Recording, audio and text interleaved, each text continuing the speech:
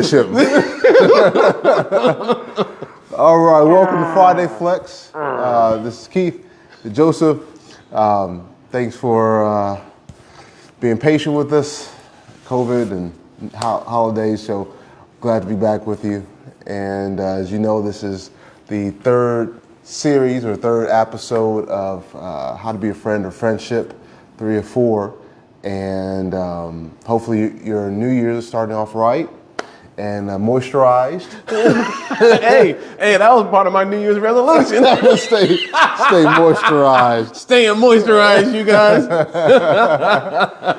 So I know that there's much anticipation. This is I've got a lot of good feedback about these series. So let's just jump right into it. Last episode two of this series, we were talking about we concluded the 6 loving exchanges, giving, receiving gifts, cooking and with love and receiving food that's been cooked yeah. with love, and then of course revealing your heart and confidence and seeking advice. So the last part of the seeking advice, I think, is really important because oftentimes we come to people for advice, and with society nowadays, we don't really have any intention on actually taking the advice. It's just kind of like, let me just hear what this random person has to say. Yeah. Hey, homeless person off the street, what do you think about that? And I remember that oftentimes we feel kind of hurt if somebody asks us for advice and they don't take it. And so I think about how normalized this kind of mindset has become in society, where it's like people don't really care about what someone else has to say, even though they may come to them for advice. But and of course, everyone's autonomous, and we do whatever we want. And it's extremely important to know, like, hey, if you consider someone a friend, a bosom buddy, if that's the right word, then they're going to give you the best that they got, as far as when it comes to advice. And so, and nothing hurts more than sharing everything about a particular position that someone may ask you about, and then doing completely opposite. And I have a couple people that consider me their friend or associate, and they're like, Keith, I think you may know what to do in this scenario. What should I do? So I'll try to lay out something elaborate and try to give multiple angles to give more evidence as to why this may be a better way to handle the particular situation they're dealing with. And then, lo and behold, it's like, yeah, no. and then they continue to do what they were doing before. And then I think about it. So I just wasted 30 minutes of my time giving you this sound reason. Yeah. And they're like, that's nice. I'm gonna go with that. Thank you, but no thank you. Yeah. And so we see that it becomes more of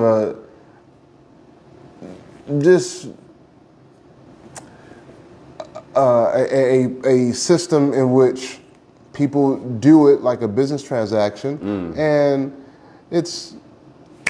I've asked you, I've made my piece. So if I said you can't say I never asked you anything, and therefore people think, well, I asked, so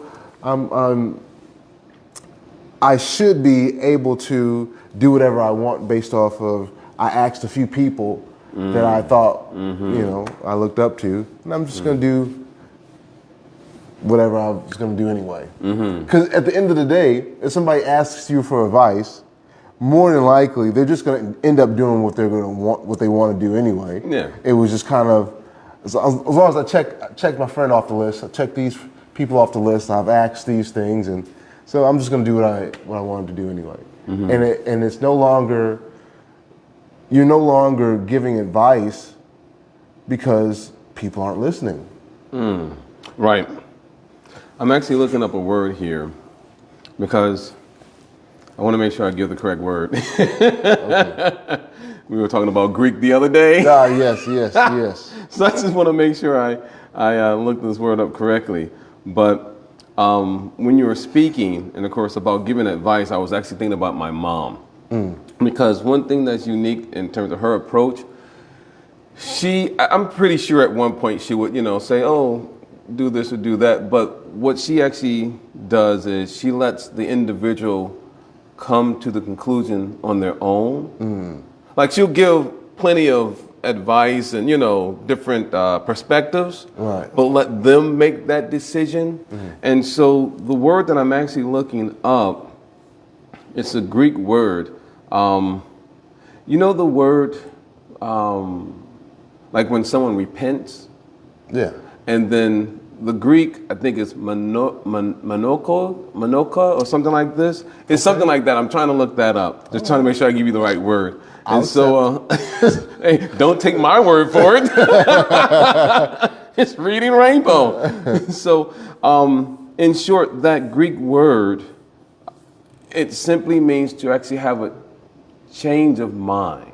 And so it goes back to what you were pointing out, that the individual approaching us for advice, but were they truly within themselves ready to actually have a change of thought, or to move in a different direction? Because you lovingly, you was like, wow, here's my good friend. Let me make sure I give them different perspectives. Here's different ways to handle this situation. So you yourself are pouring your heart into it without a doubt. There's no question. But the other person, their heart, and specifically the Greek word, I believe it's monoikos, I'll confirm it here shortly, but they themselves truly was not ready. So in other words, then you have, I don't want to go too deep in this, but it's like, were they really truly revealing their heart then? Because I'm just saying, if someone really is having a struggle, there's something that they're dealing with, and they really want to get a solution or how to go about resolving this, when they ask someone, they are really genuine and sincere. Right. So they're going to say, you know what? Wow. And if I approach 3 individuals and if I get something very similar across the board, and I'm like, wow, I really must need to go in this direction, they'll do it. But the fact that they didn't do it, right, they continue on with the old or ineffective or unuseful trend or behavior. Yeah. So that love and exchange really did not take place properly. Yeah. Is what I'm pointing out. Yeah. But yeah, I think that word is monokoi or something like this. It's Greek.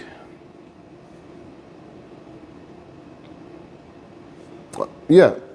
Okay. Yeah. So, so I was just thinking about the individuals that sometimes may come to me and tell me about their life and how difficult an experience may be. And I tell them like, hey, I can empathize and sympathize with you because in this particular scenario, I've been through the exact same thing, and I'll share, hey, this is after years of counseling, after personal development, this is what I found to be most practical, and they'll say, I understand. This makes sense. You're right. And then do something completely opposite. And then for those people who I consider a friend or a close associate, I think to myself, why'd you even ask me this? Why'd you even ask me this question? And like you said, to that point, were they really revealing their hearts? No. Because it's one thing if someone says, hey, I need help, and I also feel conflicted because I want this to work, or I want this relationship to work, I want this job to work, or I want this thing to work. I feel conflicted in that way. Then you know what the real elephant that's in the room. You know what is kind of restricting or regulating them from making that change of heart. Right. But if someone is not honest about where they're really coming from, That's the word.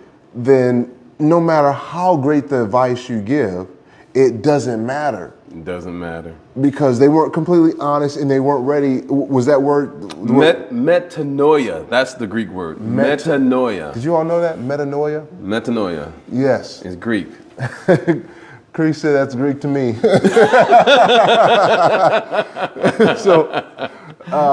metanoia. So being able to be honest, to say, I really don't want to change my mind. I just, or that's honesty. But if someone shows or appears to be ready to make that change, but actually doesn't, then they're suffering from a case of metanoia. Metanoia is one who is ready, one who is actually ready trying to make to change their thought. Okay.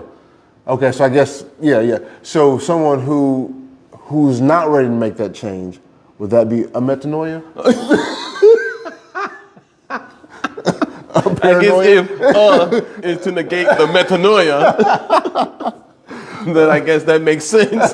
But they're not at all ready to make that change. Yeah. But how many of us think when we come to someone for advice, how many of us are honest thinking, if I get sound reason, am I ready to change? Yeah. Because it's offense actually in one sense. It's actually offensive. Because if one is not ready, but then they approach someone, then it's like you're literally just wasting that person's time. But then you have to also ask the question, is that person really a friend? To like what degree?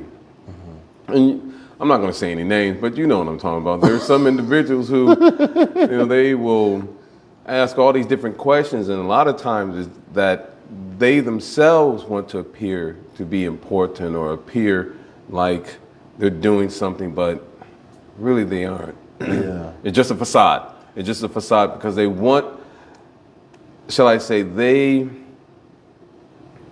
are seeking some type of acceptance or approval or validation externally. And they themselves are not properly situated within themselves.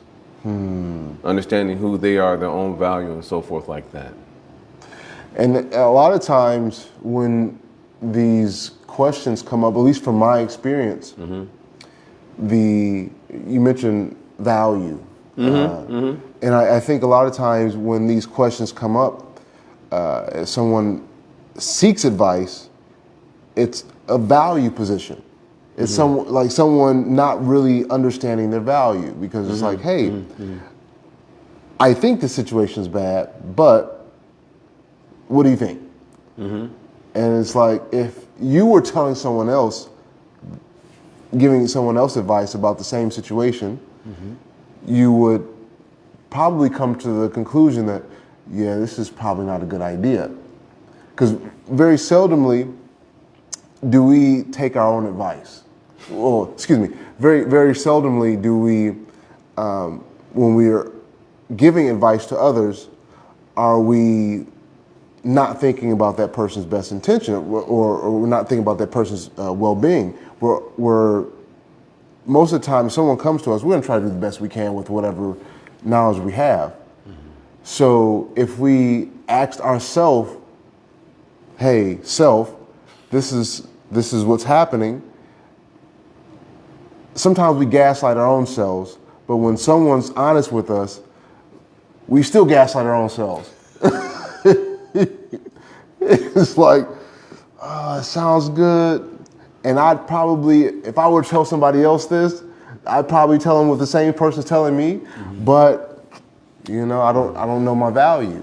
Yeah, and that to find one's value is not impossible or anything of that nature. It takes time. Yeah. It takes time where one needs to actually, in my opinion, and again, this is just my opinion. I'm not a doctor or a professional in this area, but you know, I spent enough time by myself where, you know, sometimes you have to separate yourself and create that buffer or that space around you so that way you can, you know, look at yourself without there being the influence of others in terms of what others may project onto you. Mm-hmm. You know, you have to separate things and so forth, sort things out. I'll give you one example of this is,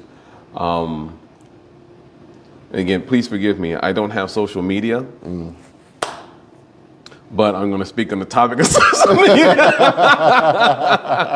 I was listening to one doctor discuss this. I can't remember her name.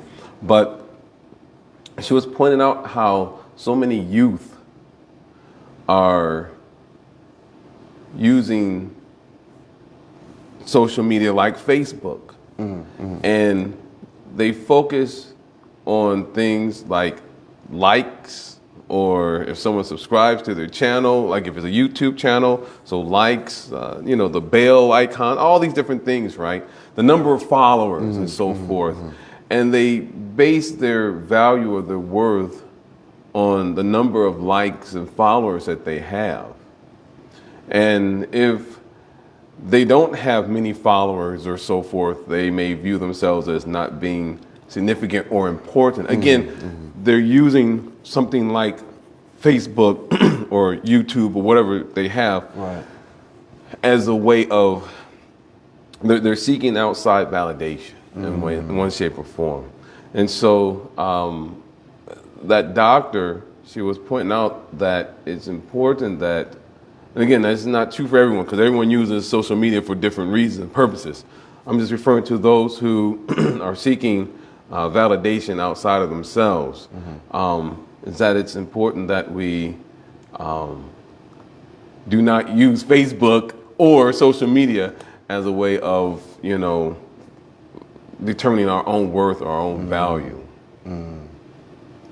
Yeah, and you think about it, like so many people are I mean, even I, to an extent, you know, on here, I'm like, are people watching? You know, people liking, people commenting, you know, and it is a false sense of value. Yes. Of course, feedback's always, you know, necessary whenever you're. It's important to have feedback. Yeah. It's important, you know, especially if you want to grow and make improvements in any way, shape, or form. You know, and so to that extent, it's necessary. But most of us, we are trained to just appreciate the superficial. And so therefore, when we have problems in our life, we go to people on a superficial level. And we really have no metanoia, or I don't know how to probably use that in a It's okay, Eastside. We don't have the ability to make the change of heart because it's just superficial. It's just superficial. You know, it's just a box being checked. Yeah. And I was thinking as well that if someone is coming to me and I know that they're not going to listen to my advice, and I'm just being very clear, it's not like you have to listen to the person you're getting advice from, but at the same time, if you're depending on this person's opinion, or if you value this person's opinion, give it some consideration. So if I know someone's not even going to consider my information or my opinion, it's best for my own well-being, my own mind, just to not give advice. Or not give that much. Or not give that much. You know, only just give what, you know, maybe it's a little bit here, but you know, they're not, and you can tell, based on the conversation, you can tell, I'll use myself as an example. Okay. Proof's in play. Not that I was giving some advice, but individual was wanting a quote, and I could tell they really weren't serious about. They didn't even want to give me the information that I needed so that I could properly quote them. And so I said, hey, you know what? Not a problem. I'm just going to put it for this, for that. Click, click, click, click, click. Here you go. Yeah. Some large amount. And they was like, never mind. And I was like, because I knew you weren't serious. And it's not that I'm messing around or toying with someone, but I'm saying this or using it as an example because when having a conversation with someone, and someone who is especially approaching or just like they're supposed to be a good friend in the sense of they're wanting to reveal their heart and of course seek advice, and you're there as a good friend to reciprocate in this loving exchange. If someone is not a real friend or if someone is not serious, you can feel it, you can tell. Sometimes you may want to share something, something that's like, wow, this is really going to benefit this individual, like very important nugget of wisdom to give to them. It's very subtle, but sometimes you feel as though the cat has your tongue. It's like you want to say it, but you can't get the word out. It's like there's something preventing you. You don't know what it is, but you can't get it out. And it's like, something's telling me that you're not supposed to get this information. And it happens that way because, again, and that's why, in order to get to the point where you can reveal your heart and confidence and seek advice, that's why there's the other 4 loving exchanges. When you give a gift, receive a gift, cook something from your heart with love, sharing that type of food with another person, and of course receiving. And then with these revealing one's heart and giving advice, again, I'll just point out one little detail that I mentioned. Maybe that was part 2, is that part of revealing your heart or giving advice may not necessarily be in regards to like, hey, can you help me solve this problem? I'm struggling with something and I'm not sure how to address it or how to even go about it. It could be something as simple as if you see that someone did something such as stand up for themselves. An example I gave was of myself when my colleagues wanted me to do something when I was working for Toyota, and I had so much on my plate already, and even though I'm known for like, hey, I'm going to take care of you guys, and then of course also knock out my stuff, and I told them in a respectful way, no thank you, or no, I will not help you today. And then Mama D, which is what we used to call her, she came around the corner and said, Swift, I'm really proud of you that you actually used your voice and you said no. And so her sharing that, gave me that, okay, I'm doing something that's right, in that sense. And so to give advice when someone, again, part of giving advice or sharing your heart, it could be something as simple as that. When you notice that, okay, someone did something that was good, something that was right, like, oh, that was good, you used your voice. Or that's good, you stood up for yourself, you advocated for yourself, you're not neglecting yourself, something like that. And when there's enough of those exchanges taking place, and then when someone presents maybe a small problem, and you're working on those little small things, and you can see how that person works and how they handle these little small things. Right? Just like a parent doesn't give their child the car keys, of course, normally when they turn 16, they have their license, they may say, okay, I'll give you the keys. But there was a lot that built up to that point. The parents give you certain responsibilities. I'll give my mom as an example.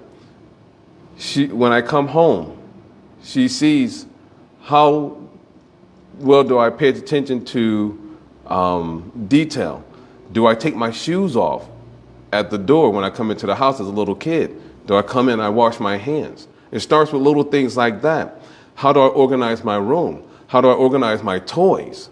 Am I irresponsible with my toys, or am I responsible with them? Then I am able to get a bicycle, and I can have a bicycle. Now I'm going to ride my bicycle outside. Am I riding in the street, or am I riding on the sidewalk? Am I careful with my bike? Am I putting it in a safe place at the end of the day or so when I'm done playing with it? Or am I just throwing it out in the yard and being irresponsible where someone can take it? They're checking in terms of how I cross the street. Do I pay attention, look left and right when crossing the street, or am I just running across the street like a road runner or something like that, or a road lizard? So there's different things that our parents do to see how we handle small things, and they increase that responsibility to the point where they say, you know what? Here's the car keys. Like that. And so in the same fashion, in terms of relationships, part of the revealing one's heart and seeking advice, we work on small things and we build it up to a point where we can actually look at, hey man, I'm going through a divorce. Whew, I'm struggling. How do I handle this? You know, or I've never experienced anything like this before, or there was a death in the family, or I lost this job, or, you know, I'm freaking out or whatever like that. Right. To be able to get to that point, there had to have been small things worked on. Right. So that that confidence and that trust is there. And then, but if we miss those little important steps, or you can call them milestones, if we miss those little milestones and we jump to something big, and then that person, you know, presents themselves in a way like, man, I'm going through it right now. Can you help me? And then you sharing your heart and giving all this detail, and they're like, you know what? Thank you, but no thank you. And then you feel hurt, you feel offended. And then what happens is this, we tend to start closing up a little bit, because then we're thinking, you know, if this person's like this, because what does the mind do? NLP, we generalize, we delete, and we distort, right? Yeah. So we might generalize and say,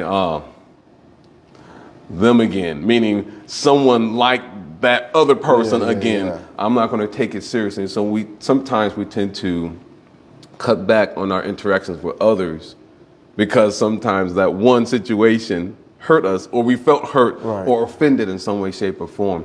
But again, at the same time, we have to also know our value and what we're truly about as well, and what we not only, you know, what we value in terms of how we value ourselves, but then what we can bring to any table or banquet or feast.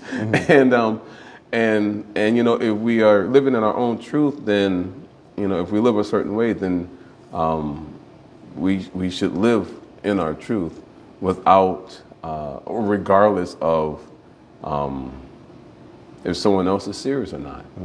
Because that makes me think about living in our truth. It makes me think of that poem that was quoted in the movie Coach Carter with Samuel L. Jackson. I believe that was the correct, actor there. And I can't remember who was the author of that beautiful poem, but pointing out that, you know, a lot of times we fear ourselves, and what I've gotten out of it is this aspect of not being afraid of who we are and our greatness, but just letting our light shine. And so if we are about a certain life, we should not be afraid to let our light shine, even if there are a few knuckleheads that do approach us and they're not genuine and sincere. Yeah. So that way, even though we may come across someone that may not have really truly meant, you know, like, hey, I need some advice, but they weren't serious, that we can always still not allow that to cause us to hold back when another person may be in need. Each person is different. Yeah, yeah. You know. One of the things you mentioned, after seeing that someone's not properly valuing the time and your opinion, you mentioned how it's natural to close in and to not share much. Yeah. And I thought about how one of the things I've been doing is stepping back in the sense of, if I know someone's asking for advice but they have no intention on even consideration of the advice, I'll just say, you got a lot going on right now, don't you? You know? Good luck with that.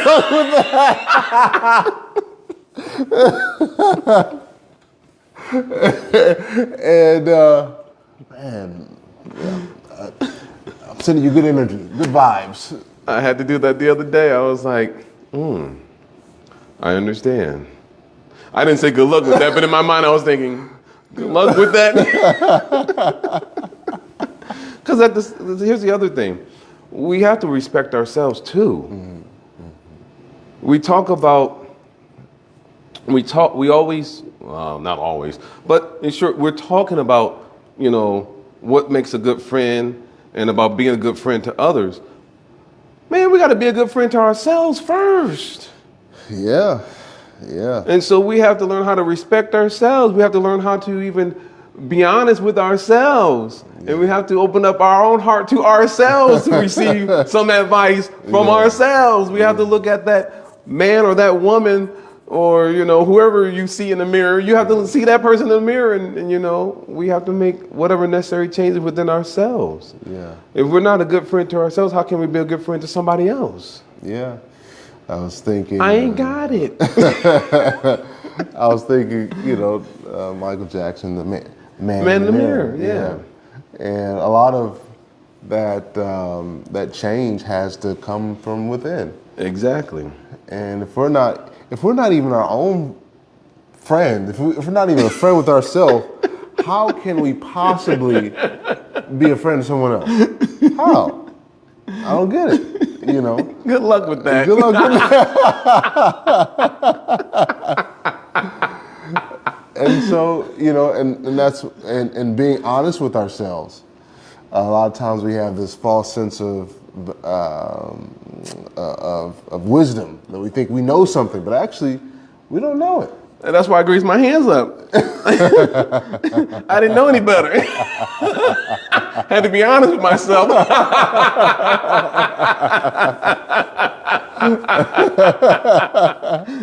ain't gonna make it too much longer if I didn't.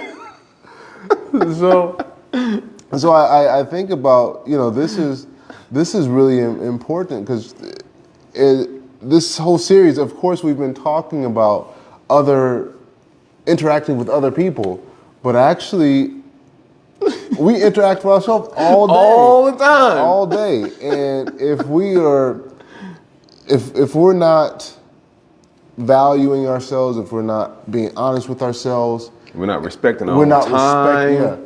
We're not respecting our own energy and our own resources. You name it. The list goes on. Then it is only like an illusion to think that we can actually be a good friend to someone else. True. And therefore you have people who aren't their own friends trying to be friends to other people and not knowing how to really be a friend. Exactly. And so, I told myself this year, told myself and also in order to be held accountable. Now everybody who's listening can hold accountable. We got a couple comments. So Cree mentioned, swipe up. Very true, got to be honest and make a change of heart, and then outward change happens. And then, so happy to be your friend. Yes, thanks, Preeti. Happy to be your friend too. You don't want to be my friend? No. It's all right. I'm good within myself. I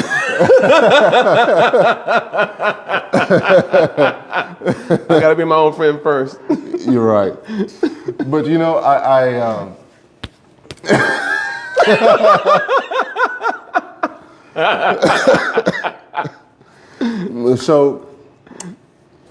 I look at, I was telling myself, and my wife, and now you all, which I was going to say is that I am working on, or I am actively being more present in my relationships that I currently have.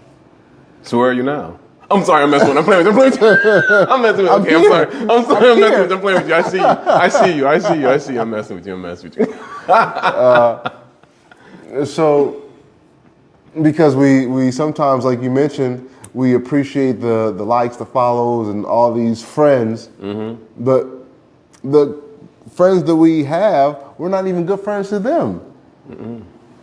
And so I said to myself, okay, let me learn how to be a better friend, which means being more present. Being present and living with intention. Explain intention. What do you mean by that? Intention meaning, so many of us go through our lives like a chicken without a head. We're simply going through the motions, mechanical, like a robot, if that makes sense, without any thought behind it. But when we live with intention, then that means we're living in a way that when we're interacting with another person, what is it that we want to either share? It doesn't necessarily have to like impart wisdom on this person. You're just hitting people over the head with this different things. But what is it that we want to do in this relationship with this person? It just can't be, hey, what it is, hey, and then just keep it moving. It has to be something deeper, more profound, because it has to be with substance, you know? So when we're living with intention, when we're living with purpose, if we want to have a deep, meaningful relationship with someone, then those conversations will obviously reflect the intention. In other words, it's not that someone says, hey, what's up? And the other person says, hey, what's up? Or my favorite, you got it. And I remember, you know, someone, you say, hey, and it's almost like if I'm walking down the street, hey, Keith, how's it going? And you say, you got it.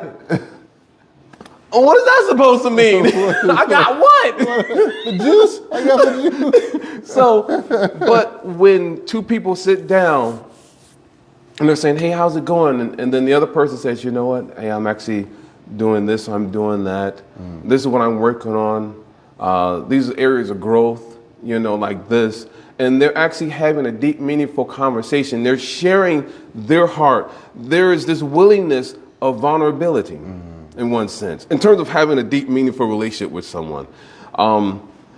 Because it's just too often that we just are like two ships passing in the night. We're just,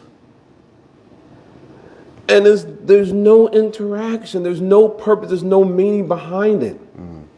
And so what we find is that, just like the example I gave a little earlier with the doctor, the psychologist, she was talking about, you know, Facebook and so forth. And she also added in her presentation that the youth, referring to the youth, that again, they were just doing the Facebook thing, just trying to get external validation and so forth.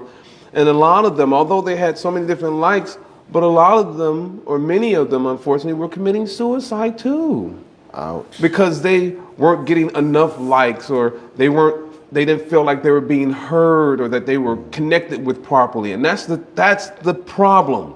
Yeah. There's nothing wrong with technology. Say Get that straight. There's nothing wrong. There's nothing wrong with technology, but it depends on how we are using the technology. Are we actually using the technology to connect with someone on the other side of the world and say, hey, you know, how's everything going? Like in the words of, I'm going to give a shout out to, not Stevie Wonder, but, you know, a client, you know, I don't know if it's appropriate to say his name, but you know who you are if you're listening. He came and visited us one time, and he mentioned Marvin Gaye, and that was one of the things that he was talking about was hilarious. I spoke to him on the phone the other day. But in terms of quoting Marvin Gaye in this case, you know, what's going on? Yeah. Like really, like what's going on? Like how are you doing? It's not how are you doing? It's how are you doing? Yeah. Like, is there anything that I can do to be of service to you? Is there something that I can do to, you know, that's what I mean by intention. It's like, you know, what are we here to do? Are we here to just, hey, good seeing you at work, homie.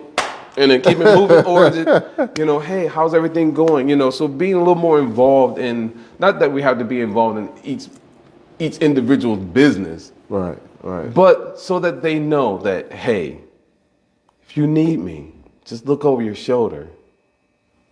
I'll be there. And I know I'm laughing, but if you know me, you know I'm always laughing all the time. But in all seriousness, to know that someone actually really cares about you, they have your best interest at heart, that you can connect and you can bond with this person.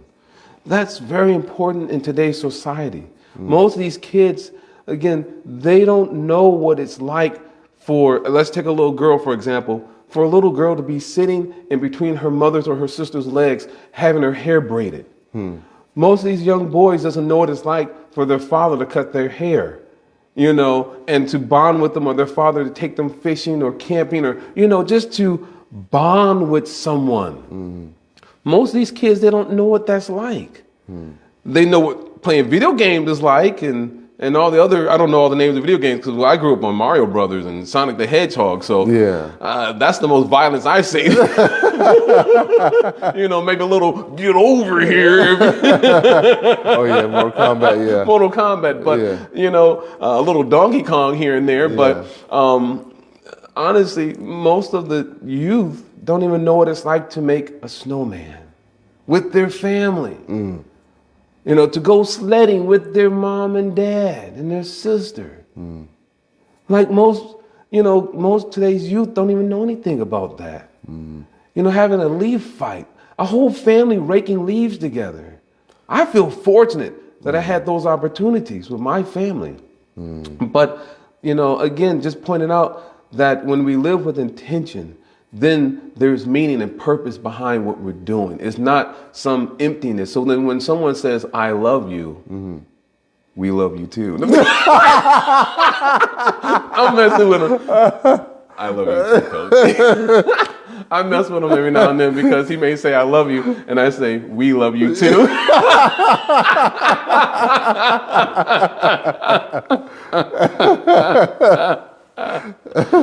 But when we say I love you, there's actually meaning behind it, and you feel it. Yeah, it's not just words. It's not just words. There's actual meaning. Yeah. It's almost like someone shooting an arrow and it hits its target.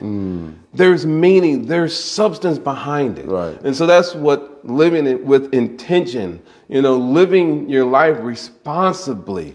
You know, living your life with purpose and meaning and value and so forth. If we're not living like that, then we're just a bunch of zombies.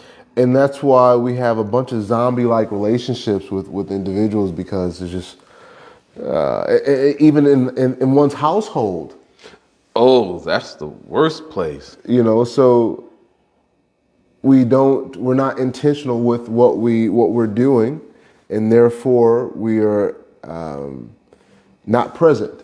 Not present. We're not present in our relationships. And there's nothing worse than having a friend who is not present in their when you're with them or when you're talking to them. It's like they're busy doing something else. And I have to, and I'm not saying in any way, shape, or form that I am free of doing this from time to time, but sometimes when I'm on the phone with a friend or family member, I find myself looking through my phone, like on social media, and then I'll miss something important, and I'm thinking to myself, shoot, let me put my phone back in my pocket, or let me just put it down, so I can concentrate on the conversation, because someone is trying to reveal their heart to me, and exactly, and it's just that simple principle of just be present. Yeah. And it's like, is it really that hard? And sometimes it's like we are in a society, we're in a society where it's like we have to do multiple things at one time in order to really feel like we're living. Yeah. But it's actually, you know, they've done studies about people that are able to meditate in silence or meditate for a certain period of time and just be present. And they're much more connected than someone who is doing multiple things, multitasking. Yes. And we find when we actually sit down and we're able to be present within ourselves, we feel so much better. Yes. And therefore, when we're being a friend to someone, being present and being able to give our time and our attention and actually hear what they're saying, they really feel heard. Yes, that's the important And part. they want to come back. They want to continue having these conversations. And as we talk, I'm also confirming with validating these things that I know so that I can practice what I preach. Because sometimes it's easy to say so many things, but if you're not practicing what you're preaching, then what is the point of even preaching? Is that metanoia. or as you had said, metanoia. Yeah. And it's so here's the thing. I'll share with you guys what I'm looking at, you can say, working on. And I've mentioned it before from Eden Abez. The name of the song is called Nature Boy. And it's those last two lines. I'm sorry if I sound like a broken record, but the greatest thing to learn is to love and to be loved in return. And being intentional, living with intention, living in one's truth, being present in a relationship, it's all tied in with that. Because it's part of loving, it's also part of learning how to receive love. Here's someone that someone is approaching us. Look at it from this perspective. Someone is approaching us for advice. Like they're revealing their heart and they're seeking advice from us. The fact that they came to us, clearly that person, honors or respects us. Especially if they're sincere, if they really mean it from the heart, because we had that, we talked about it a little earlier too, but they really mean it from their heart and they're actually approaching us, with such sincerity and depth of heart that in itself is such a loving gesture that we have to be present to receive that, so that I want to use the word rasa, but that that interaction takes place properly, on the proper level.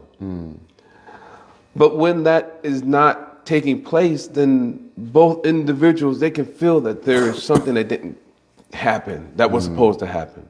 I remember one time, I'll just very briefly mention this, is that I remember it was me and one other guy, and we were talking, had a great conversation, and then it was like, hey, thank you for your time, blah, blah, blah, blah. That was amazing, have a great day, right? And we walked up and went in different directions, right? But the craziest thing about it is that we both turned around at the same time as if we was in a duel, like bang, bang. And then we came back because we both felt that it did not conclude properly. And so what needed to actually happen was we actually needed to clasp hands together and, give like that brotherly hug kind of a thing. Yeah. Because we felt that, something didn't conclude, something didn't happen right, something's missing. And so my point is, both individuals can feel when that connection, something's missing, if it didn't take place just right. Right. And it's true, we're all human beings, we're all spiritual beings having a human experience.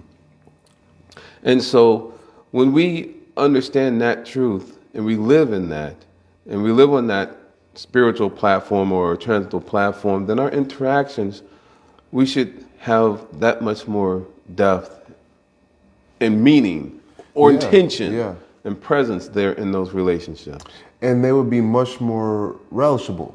Of course, you truly miss that person, you know, and then when you see that person, you're happy to see them, you know. And so it goes back to something that you had mentioned before, and I don't want to sidetrack, but I just want to play certain strings on this beautiful guitar that we're, you know, strumming. Is that you had mentioned several sessions back, we were in the Death series, maybe the second one. And how would we want to be remembered? If someone was to give our eulogy, what would we want someone to say? Oh, this person made, you know, worked in this company, or they did this and accomplished that. All those things are almost like zeros in one sense. If at the end of the day, they say, yeah, he did all these things, but Joseph was a butthole. You know? You see what I'm saying? Like, if someone says, like, oh, he did all these things, got all these awards or whatever, that man was the meanest dude in the world. He was a butthole. But if it was the opposite, he may not have done much, but he was always present. He was always there. Yeah. He always made time for me. He always, you know, listened to me. He always had nice sound advice or this or that, whatever like that. Like, he really helped me get through some stuff. Just like when I think about those gangs that I used to run with, although I wasn't a gang member, I was wearing orange, so I didn't have the right color, but they were wearing red. And so many times when I was living in Kansas City, they would tell me, they said, Swift, you saved a lot of lives, man. Thank you. So just hearing gang members saying that, you know, thank you for being present, even though we weren't wearing the same color. I was a monk at that time, but, you know, I would interact with different individuals within the community and so forth, and they would express their appreciation, and they would tell other people, man, if it wasn't for G, you know, we would have went after these people and we would have shot them up or whatever like that. And so people, they appreciate when you actually spend time, and that's really what my focus has been before the New Year's, but still continuing on, is actually reaching out and trying to connect with those individuals who are ignored or forgotten or in one shape or form like that. Because we never know what position we might be in. And it's not that I'm doing it because I want someone to do it for me at the time of need, but I still want to be available because that's where my heart is. When you mentioned eulogy, I thought about my friend who actually just recently passed. And I was thinking about how I'm glad that I could be, you know, with her and, you know, before, and just share my heart. She shared her heart, and I can give the best advice that I could, and so which that passing allowed me to have the inclination now to be more present in my relationships, so that if I'm calling someone a friend, then I'm going to, by definition of that friendship, be just that, and be present, be intentional, and be compassionate, you know. And it's really important because you don't really know how long you got people. You won't have people in your life. You won't know like that. Yeah. Like if you're going first or they're going first, you won't know that. You never know. And so if you're calling someone a friend, how present are you going to be in that relationship? How much are you going to reveal your heart? How much are you going to give advice or take advice? And so when I think about going forward, it's a responsibility that every human being has, that they have to constantly perfect. constantly work on. Because you mentioned spirituality, and it's like, how do we even think that, we are going to go to such a better place when we're terrible friends to ourselves and to others? How? Why would God give us something better? Well, yeah, why would he give us anything better if we can't even appreciate what we have in front of us? And it's like, And to, again, relationships and so forth like that. And the thought that comes to my mind is that we don't even have to wait until we're on our deathbed. You can do it now. yeah. Do these. We can do this now. We don't have to wait. We don't. No one has to wait. And it's not that anyone has to answer this in terms of, but sometimes in my mind, I think, why are we so afraid? We are so hesitant and so afraid to connect with another person. We've been cheated, we've been manipulated, we've been exploited, and of course cheating goes both ways. Cheating others, but then we cheat ourselves. So we've done ourselves dirty so many times.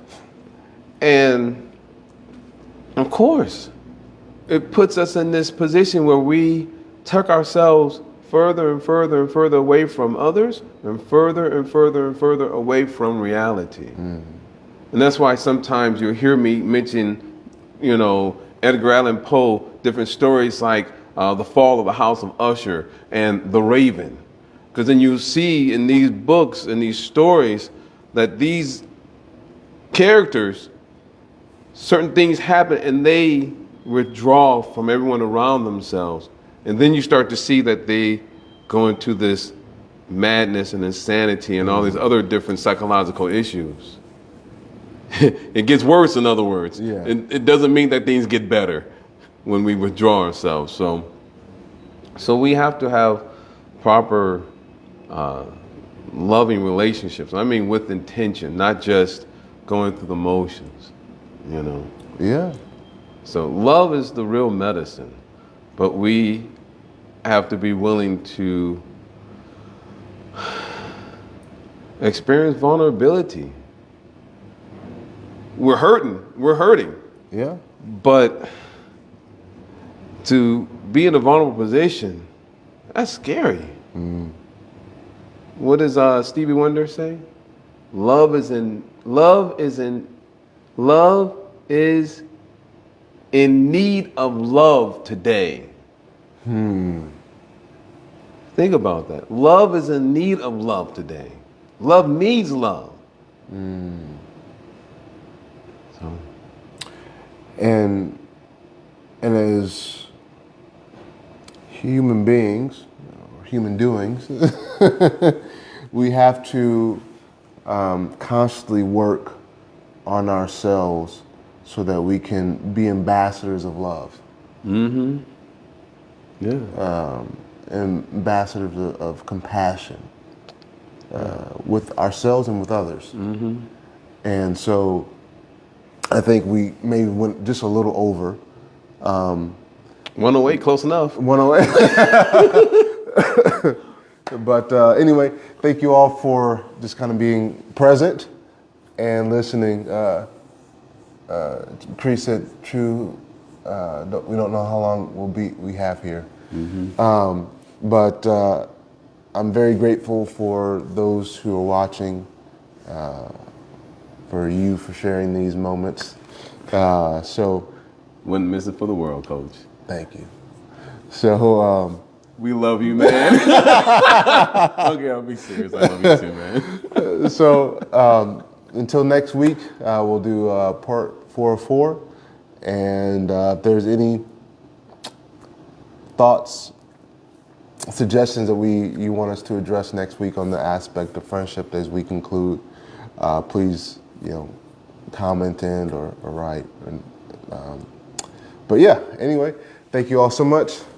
Love you too, Preeti. All right, take care. Keep flexing. Flex.